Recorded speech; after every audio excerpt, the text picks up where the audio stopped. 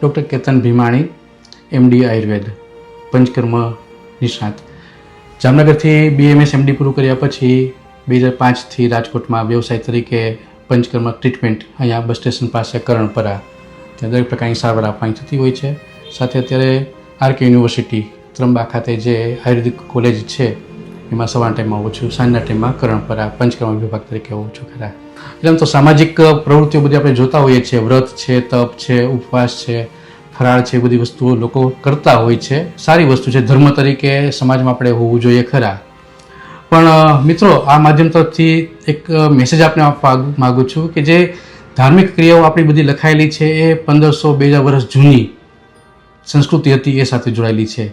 અને એ પછી ઘણા પ્રકારના યુગો બદલાઈ ગયા, વર્ષો બદલાઈ ગયા, ઘણા મહામારીઓ પણ આવી ગઈ, એટલે એ પ્રકારના બદલાવ આપણા સમયમાં જોવા મળતા હોય છે. તો એ સમયને ફોલો કરતા રહીએ અને અત્યાર સમયને જોતા રહીએ, તેમાં થોડો બદલાવ લાવવો જોઈએ ખરા.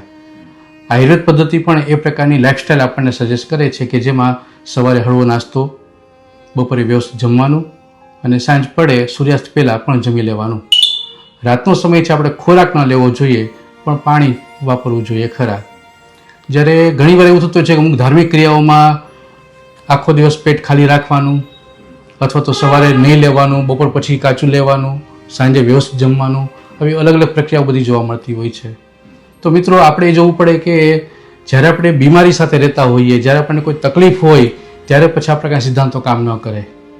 કારણ કે સ્વસ્થ રહેવા માટે જે સિદ્ધાંતો આપેલા છે જેને સ્વસ્થ ઋત કહેવાય છે, આયુર્વેદનો એક વિભાગ છે, અને એમાં આપણે સાજા કઈ રીતે રહી શકીએ, તો એ દિનચર્યા પ્રમાણે, ઋતુચર્યા પ્રમાણે, સમયકાળ પ્રમાણે બદલાવ આવતો હોય છે. જેમ કે હવે આ ચૈત્ર મહિનો શરૂ થયો, શિયાળો જે રીતે શાકભાજી માટેનો છે એ રીતે ઉનાળો છે ફ્રૂટ માટેનો છે. તો આ સમયમાં તરબૂચ છે, સાકરટેટી છે, આવા ઠંડા પાણીવાળા મીઠા રસનો ઉપયોગ વધારે કરવો જોઈએ. હજુ કેરી આવશે, શેરડીનો રસ આવશે, તેનો ઉપયોગ વધારે કરવો જોઈએ. હવે જો આપણે વ્રત ને તપની વાત કરતા હોઈએ છીએ તો આપણે કોઈ ધર્મ સાથે આપણને કોઈ તકલીફ નથી, બરાબર, પણ જ્યારે જે લોકો બીમાર છે અને સાથે આ બધું કરે છે ત્યારે એક સલાહ એવી ખરી કે તમારા જે કંઈ નજીકના વૈદ્ય હોય, ડૉક્ટર હોય, તમે સારવાર લેતા હો એની સાથે થોડીક સલામત લઈ લેવું જોઈએ ખરા. કારણ કે ઘણીવાર ખોરાકમાં સુગર વધી જતી હોય, ક્યારેક નિમક વધી જતું હોય તો એ બીમારીમાં પણ નુકસાન કરતું હોય. અત્યારની જે અમુક સિસ્ટમ ચાલે છે એમાં દિવસે નહીં જમવાનું, રાતના ટાઈમમાં જમવાનું.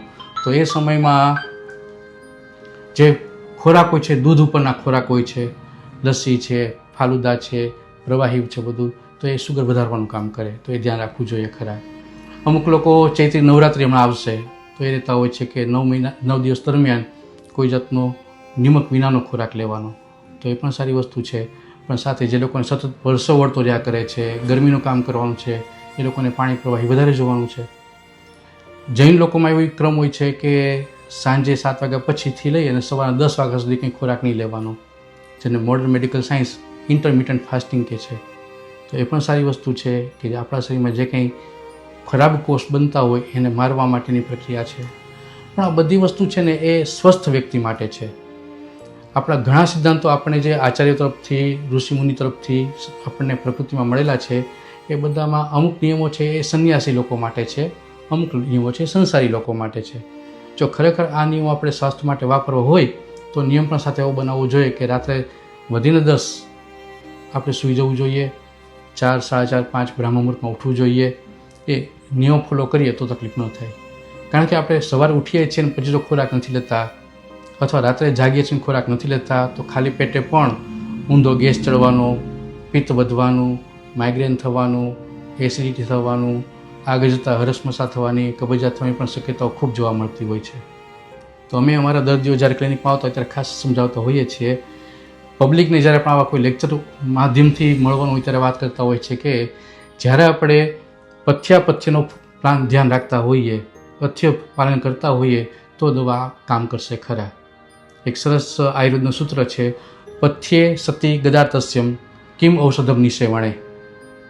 પથ્ય પાળે જો રોગી તો ઔષધનું શું કામ છે, અને પથ્ય ન પાળે રોગી તો ઔષધ શું કામનું છે. તો આ પથ્ય એટલે શું કે મારા શરીરને, મારા વાતાવરણને, મારા વ્યવસાયને શું માફક આવે છે એ પ્રમાણે દવા તો લેવાની, સાથે સાથે ખાનપાન પણ રાખવાના. નહીં કે એકબીજાની કોપી કરીને અથવા તો ઘરના બીજા લોકોનું ધ્યાન રાખીને. આ પહેલું સૂક્ત જાતે ન રહ્યા. આપણને કયા પ્રકારનો ખોરાક માફક આવે છે એ પ્રકારના ખોરાક સાથે આપણે ચાલવું જોઈએ. કારણ કે આયુર્વેદ કોઈપણ પ્રકારની સારવારમાં વાયુદોષ, પિત્તદોષ અને કફદોષને પણ ખૂબ જ ધ્યાનમાં રાખતું હોય છે. તો મિત્રો, આપણે પણ આપણી પ્રકૃતિ વાયુમય છે, પિત્તમય છે કે કફમય છે એ જાણ્યા પછી એનો ઉપયોગ કરવો જોઈએ. એ જાણવા માટે નજીકમાં કોઈ પણ વૈદ્ય હોય તો એ પ્રકૃતિ પરીક્ષણ, નાડી પરીક્ષણ અથવા જીવા પરીક્ષણથી આ પ્રકૃતિ નક્કી કરી શકતા હોય છે અને એ પ્રમાણે ઔષધનું સેવન કરવું જોઈએ.